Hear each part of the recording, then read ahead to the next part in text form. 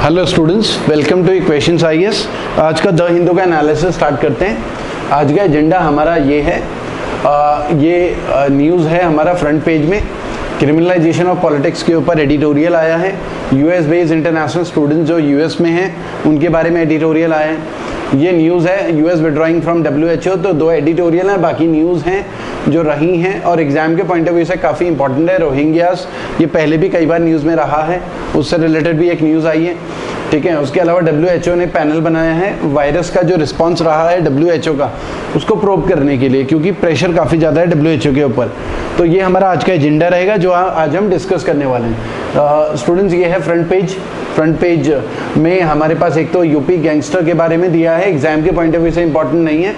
Wanted for killing 8 policeman arrested in MP में arrest हो गए और आज ही सुबह न्यूज़ में आई है कि यूपी पुलिस ने इनकाउंटर कर दिया है विकास दुबे का, ठीक है। तो ये भी कल के न्यूज़पेपर में आने वाला है। एग्जाम के पॉइंट ऑफ व्यू से इंपॉर्टेंट नहीं है। एग्जाम में यूपीएससी में या पीसीएस में ज़्यादा से ज़्यादा पुलिस रिफॉर्म्स के बारे में आएगा। गैंगस्टर का नाम वगैरह ये एग्जाम में नहीं आते, पुलिस रिफॉर्म्स आएगा। हमारे यहाँ नेक्सस पुलिस और क्रिमिनल्स या पॉलिटिशियंस के बीच में जो है उसके ऊपर आर्टिकल्स आ सकता है एग्जाम के पॉइंट ऑफ व्यू से, ये बहुत इंपॉर्टेंट है। तो आप लिखने की प्रैक्टिस करें। जो भी आप सुनते हैं, वीडियो देखते हैं, सेशंस देखते हैं, आपको तुरंत क्या करना है, साथ ही साथ लिखना स्टार्ट करना है। जब आपकी हैबिट होगी अपने आप खुद से लिखने की, तो आपकी राइटिंग स्किल्स अपने आप से इंप्रूव हो जाएंगी। तो हमारा जो दूसरा न्यूज़ में आया है, government watching WHO alert on airborne spread of virus, इसके बारे में आया है। अब ये क्या है, इसको थोड़ा सा देख लेते हैं। WHO ने क्या कहा है? WHO ने कहा है, इनिशियली WHO ने कोरोना वायरस के बारे में, कोविड-19 के बारे में बोला था कि ड्रॉपलेट ट्रांसमिशन था। ड्रॉपलेट ट्रांसमिशन का मतलब क्या है? इनिशियली ड्रॉपलेट ट्रांसमिशन का मतलब ये है कि जो भी इंडिविजुअल इन्फेक्टेड है कोविड-19 से या कोरोना वायरस से, अगर वो छींकता है या खांसता है तो उसके आसपास 1 मीटर के दायरे में वो जो ड्रॉपलेट्स हैं उसके मुंह से जो निकलेंगे या नाक से जो निकलेंगे ड्रॉपलेट छींकने या खांसने की वजह से, वो 1 मीटर दायरे तक हवा में सस्पेंडेड रह सकते हैं, फिर जमीन में गिर जाएंगे 1 मीटर तक। और उनका जो साइज है, ऐसा बोला था कि 5 to 10 माइक्रोमीटर के बीच में उनका साइज होगा। 5 to 10 माइक्रोमीटर का मतलब है 10⁻⁻⁶ मीटर, ठीक है। तो इनसे ज़्यादा होगा, 5 to 10 माइक्रोमीटर से ज़्यादा, 5 माइक्रोमीटर से कम नहीं होगा। तो ये क्योंकि हैवी हैं कंपैरेटिवली, तो जो कोविड-19 से इन्फेक्टेड होगा वो छींकेगा, खांसेगा, तो ज़्यादा से ज़्यादा 1 मीटर तक ही जो कोरोना वायरस है वो 1 मीटर तक ही एयर में रहेगा सस्पेंडेड फॉर्म में, और फिर नीचे गिर जाएगा, ठीक है। तो ये कहा था इनिशियली ड्रॉपलेट ट्रांसमिशन। लेकिन अब WHO ऐसा कह रहा है, क्योंकि बहुत सारे साइंटिस्ट ने WHO को रिपोर्ट करा है कि ये एयरबोर्न ट्रांसमिशन है शायद, ठीक है। पॉसिबिलिटी है कि ये एयरबोर्न ट्रांसमिशन। अब इसका मतलब क्या है? एयरबोर्न ट्रांसमिशन का मतलब है कि वो ये कह रहे हैं कि एयर में जो एरोसोल्स होते हैं, एरोसोल्स का मतलब है सस्पेंडेड पार्टिकल जो हवा में रहते हैं, काफ़ी देर तक रहते हैं, और उनका जो साइज है, पहले तो 5 to 10 माइक्रोमीटर बोल रहे थे, अब लेस देन 5 माइक्रोमीटर, मतलब 5 माइक्रोमीटर से भी कम है। मतलब पहले थोड़ा बिग साइज बोल रहे थे, अब बोल रहे हैं कि वो एरोसोल्स में है जो कि बहुत स्मॉल साइज में है, ठीक है। अब इसकी वजह से क्या होगा, ये एयरबोर्न हो जाएगा। एयरबोर्न का मतलब है फिर 1 मीटर मायने नहीं रखता। जैसे हमें बार बार बोल रहे हैं 1 मीटर की दूरी बनाए रखें, तो वो फिर कोई मायने नहीं रखेगा। मतलब 3 महीने से हम गलतियां कर रहे हैं कि 1 मीटर की दूरी से कुछ नहीं होने वाला। तो अब इसका मतलब है एयरबोर्न का मतलब है वो 1 मीटर आगे तक भी जा सकता है, क्योंकि उसका साइज कम है। और जो इन्फेक्टेड इंडिविजुअल है, अगर वो ना तो खांसे ना छींके, केवल बोलने पर थोड़ा वो तेज बोले या गाना गाए या तेज तेज सांस ले, तो भी उसके मुंह से जो है कोरोना वायरस जो है हवा में एरोसोल के ऊपर रह सकता है लंबे टाइम तक, हवा 1 मीटर से दूर तक। तो एरोसोल सस्पेंडेड पार्टिकल हैं जो हवा में रहते हैं, फिर धीरे धीरे धीरे करके जमीन में गिर जाते हैं। तो एयरबोर्न का मतलब है 1 मीटर की दूरी बनाए रखें, वो फिर कोई मायने नहीं रखता। 1 मीटर से ज़्यादा दूर तक भी कोरोना वायरस इंडिविजुअल्स को इन्फेक्ट कर सकता है। तो इनिशियल बोला था ड्रॉपलेट ट्रांसमिशन है, अब ये बोल रहे हैं कि ऐसे एविडेंसेस आ रहे हैं कि एयरबोर्न ट्रांसमिशन है। तो कन्फ्यूज़न थोड़ा सा है। तो गवर्नमेंट ने ये कहा है कि हम स्टडी कर रहे हैं अभी कि जो WHO वर्ल्ड हेल्थ ऑर्गेनाइजेशन ने कहा है कि एयरबोर्न ट्रांसमिशन कोरोना वायरस है, अभी तक ड्रॉपलेट ट्रांसमिशन मान के चल रहे थे। तो ये एक न्यूज़ में रहा, ठीक है। और आपको ये भी पता होना चाहिए कि 5 माइक्रोमीटर का मतलब क्या है। जैसे यहाँ पर एक डायग्राम बना हुआ है हेयर, हमारे जो बाल का जो अगर हम देखें डायमीटर 50 माइक्रोमीटर होता है, तो एरोसोल का साइज क्या है 5 माइक्रोमीटर, मतलब 1/10 बाल की जो मोटाई है उसका भी 1/10, मतलब बहुत बारीक है, जो सस्पेंडेड फॉर्म में रहता है एयर में। तो ये एक न्यूज़ में रहा। उसके अलावा ये काफ़ी न्यूज़ में रहा WHO वर्ल्ड हेल्थ ऑर्गेनाइजेशन के चीफ टेड्रोस एडनॉम, तो ये आपको पता होना चाहिए, एग्जाम में आने के चांसेस हैं। उसके अलावा WHO का हेडक्वार्टर कहाँ है, जेनेवा स्विट्जरलैंड, ये आपको पता होना चाहिए। एग्जाम में ये सारी चीज़ें आ सकती हैं, जो न्यूज़ में रहता है उसी से रिलेटेड एग्जाम में क्वेश्चंस भी बनते हैं। नेक्स्ट आते हैं हमारे पास, एक तो ये बोला है कि इंडिया, ये फ्रंट पेज ही है, India seeing green shoots. Green shoots का मतलब है रिवाइवल, ठीक है। ग्रीन शूट्स का मतलब है रिवाइवल या रिफॉर्म्स, जो भी इकोनॉमी में चेंजेस करने वाले हैं, of economic revival, says PM। तो we are laying a red carpet for global companies. तो यहाँ पर प्राइम मिनिस्टर ये बोल रहे हैं जो ग्लोबल लेवल पे कंपनीज हैं उनको इनवाइट कर रहे हैं कि हम आपके लिए रेड कारपेट बिछाएंगे और ये बहुत आपके लिए बेस्ट अपॉर्चुनिटी है, इंडिया में इन्वेस्टमेंट करिए, आपके फेवरेबल इन्वायरमेंट यहाँ पर बना रहे हैं। तो वो सब प्रधानमंत्री ने बोला है, ठीक है, जितनी भी ग्लोबल कंपनीज हैं। और बहुत मोदी जी ने बोला बहुत कम कंट्रीज हैं जो इस तरीके की अपॉर्चुनिटीज ऑफर कर रही हैं बड़ी बड़ी कंपनीज को, केवल हम ऐसी अपॉर्चुनिटी ऑफर कर रहे हैं। तो ये एक न्यूज़ में रहा, ठीक है। एग्जाम के पॉइंट ऑफ व्यू से ये सब इम्पोर्टेंट नहीं है। उसके अलावा नेपाल ने जितने भी इंडिया के न्यूज़ चैनल हैं उनको बैन किया है, केवल DD नेशनल को छोड़कर बाकी सबको बैन किया है, क्योंकि नेपाल का कहना है कि बाकी चैनल जो हैं काफ़ी नेगेटिविटी फैला रहे हैं नेपाल के अगेंस्ट, तो इसलिए उन्होंने बैन कर दिया। हाँ, उसके अलावा स्टूडेंट्स, अगर आपको ये वीडियो पसंद आता है तो लाइक करें और आप शेयर भी कर सकते हैं, हमारे चैनल को सब्सक्राइब भी कर सकते हैं। उसके अलावा हमारा फ्री टेलीग्राम ग्रुप है, उसे आप ज्वाइन कर सकते हैं UPSC के लिए, बैंक SSC के लिए। उसके अलावा हमारा मोबाइल ऐप डाउनलोड कर सकते हैं गूगल प्ले स्टोर से, उसमें आपको कंप्लीट कोर्स मिलेगा, UPSC का भी, बैंकिंग का भी, SSC का भी, ओनली क्वांट का भी, ठीक है। नेक्स्ट आते हैं, एडिटोरियल है हमारे पास दिया हुआ, owning up of criminalisation of politics. ये एडिटोरियल है, काफ़ी अच्छा आर्टिकल है, मेंस के पॉइंट ऑफ व्यू से, डिस्क्रिप्टिव आंसर राइटिंग के पॉइंट ऑफ व्यू से, या एक सिस्टम को समझने के लिए, अंडरस्टैंडिंग के लिए काफ़ी अच्छा आर्टिकल है, ठीक है। और कुछ फैक्ट्स भी हैं जो एग्जाम के पॉइंट ऑफ व्यू से, अदर्स जितने भी एग्जाम है, चाहे SSC हो, बैंकिंग हो, अदर्स जितने भी एग्जाम हैं उनके पॉइंट ऑफ व्यू से भी काफ़ी इंपॉर्टेंट कुछ फैक्ट्स हैं।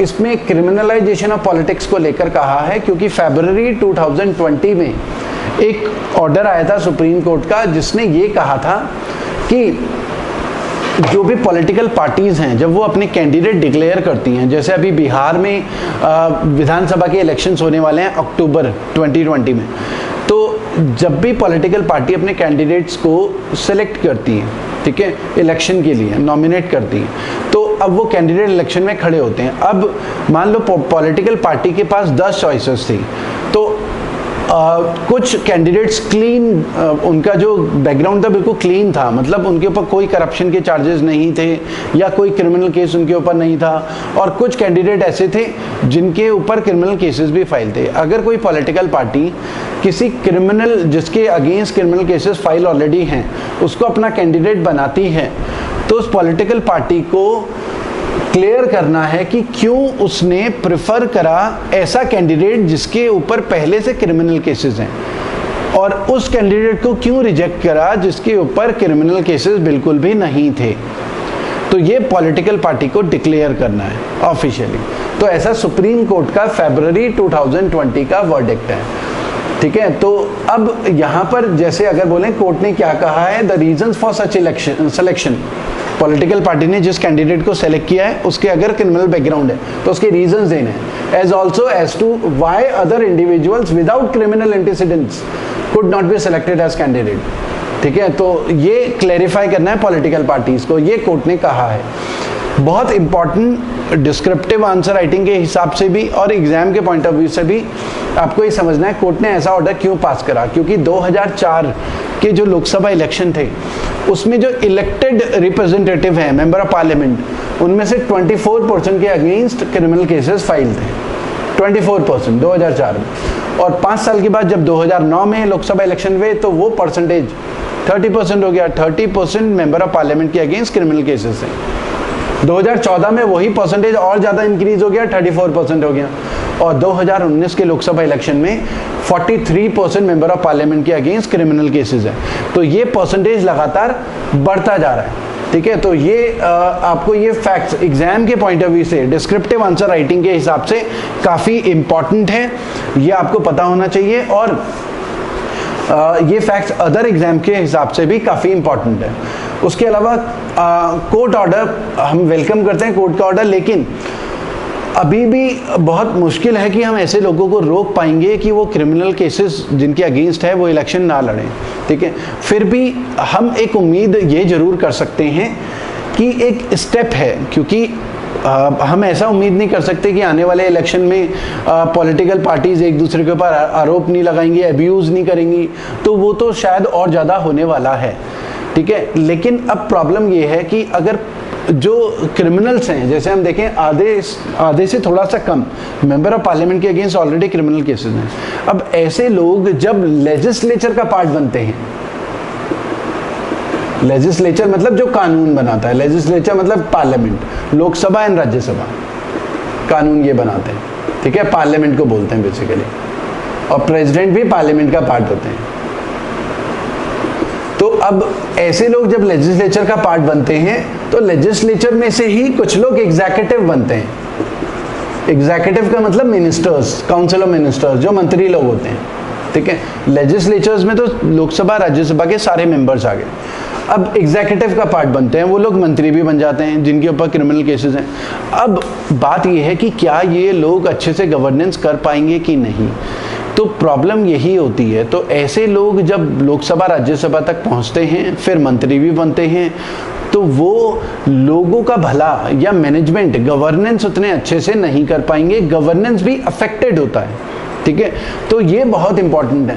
तो सुप्रीम कोर्ट हमेशा से कोशिश करता रहा है, अलग अलग ऑर्डर निकालता रहा है कि क्रिमिनलाइजेशन ऑफ पॉलिटिक्स ना हो।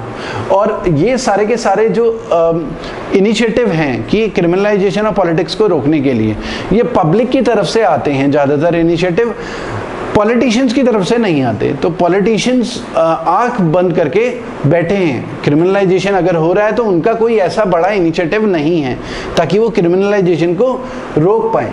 तो उसके अलावा जो कोर्ट के पुराने पहले वाले ऑर्डर हैं, अगर उनको हम देखें तो पहले वाले ऑर्डर में ये भी था कि जो भी कैंडिडेट है उसे एक एफिडेविट, जब वो इलेक्शन के लिए अपना नॉमिनेशन पेपर फाइल करता है तो उसे एक स्वॉन एफिडेविट फाइल करना होता है कि पूरा डिटेल अपने क्रिमिनल केसेस की पूरी डिटेल उसे इलेक्शन कमीशन ऑफ इंडिया को देना होता है। ये पहले का ऑर्डर है, तो ये कंपलसरी होता है हर कैंडिडेट के लिए। उसके अलावा हर कैंडिडेट को अपनी पॉलिटिकल पार्टी को भी इन्फॉर्म करना है राइटिंग में कि उसके अगेंस्ट कौन कौन से क्रिमिनल केसेस हैं।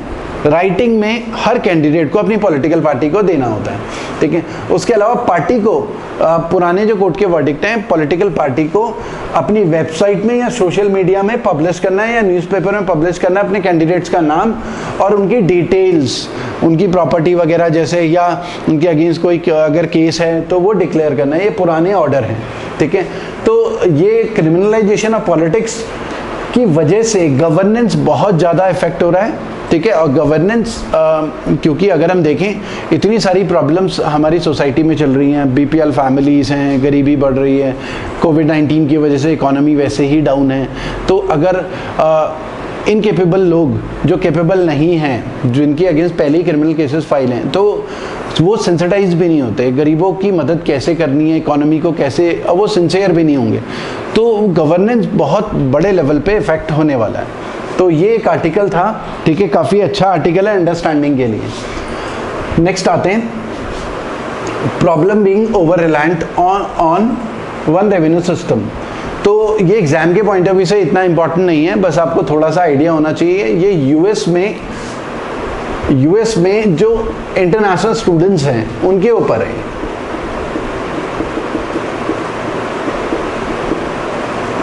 मतलब यूएस की यूनिवर्सिटीज में पूरी दुनिया के जो स्टूडेंट्स यूएस में पढ़ रहे हैं उनके बारे में ये आर्टिकल है, क्योंकि US immigration and customs enforcement की जो रेगुलेशंस हैं उसका कहना ये है कि वो स्टूडेंट जो पूरे के पूरे ऑनलाइन कोर्सेज में एडमिशन लिया है यूएस में, जो हार्वर्ड यूनिवर्सिटी हो गया, अलग अलग यूनिवर्सिटीज़ हैं यूएस में, तो ऑनलाइन कोर्सेज में जिन्होंने इनरोल किया हुआ है यूएस में रह रहे हैं, तो उन्हें अलाउड ही नहीं होगा यूएस में रहना, वो अपनी कंट्री वापस जाएं, क्योंकि वो ऑनलाइन कोर्सेज कर रहे हैं। ठीक है, तो ये इसका कहना है US immigration and customs enforcement का। तो इस वजह से प्रॉब्लम क्या होगी, क्योंकि बहुत सारे स्टूडेंट्स अब यूएस में नहीं रह पाएंगे, क्योंकि वो ऑनलाइन कोर्सेज में एडमिशन लिया था, लेकिन यूएस में रह के ही पढ़ाई कर रहे थे। ठीक है, अब इससे प्रॉब्लम क्या क्या होंगी, एक तो यूनिवर्सिटी में एडमिशन्स कम होंगे वहाँ पर, क्योंकि बहुत सारे लोग यूएस नहीं आ पाएंगे, तो फिर वो एडमिशन भी नहीं लेंगे ऑनलाइन कोर्सेज में।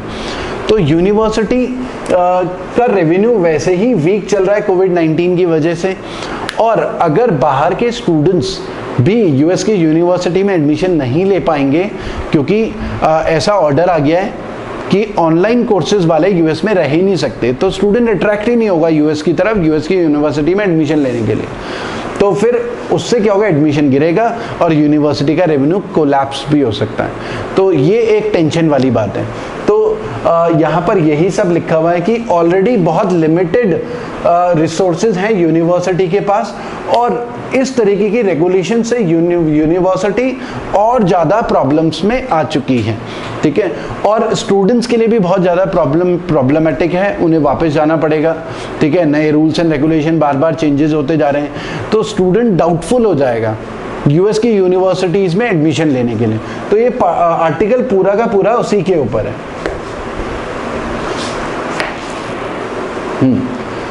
नन गेन्स, ये आर्टिकल बेसिकली जो यूएस ने ऑफिशियली नोटिफाई करा है कि वो यूनाइटेड नेशन को कि वो WHO वर्ल्ड हेल्थ ऑर्गेनाइजेशन से विड्रॉ कर रहा है।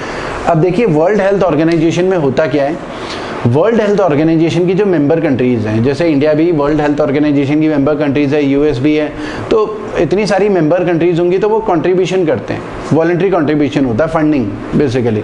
तो WHO के पास पैसा आ जाता है, काफ़ी इकट्ठा हो जाता है, फिर WHO उस पैसे को उसमें दुनिया भर में हेल्थ से रिलेटेड स्कीम्स है उसमें खर्च करता है, जैसे पोलियो इरेडिकेशन हो गया, अलग अलग हेपेटाइटिस भी, अलग अलग स्कीम्स में खर्च कर रहा है पूरी दुनिया, अफ्रीका में, अमेरिका में भी, इंडिया में भी।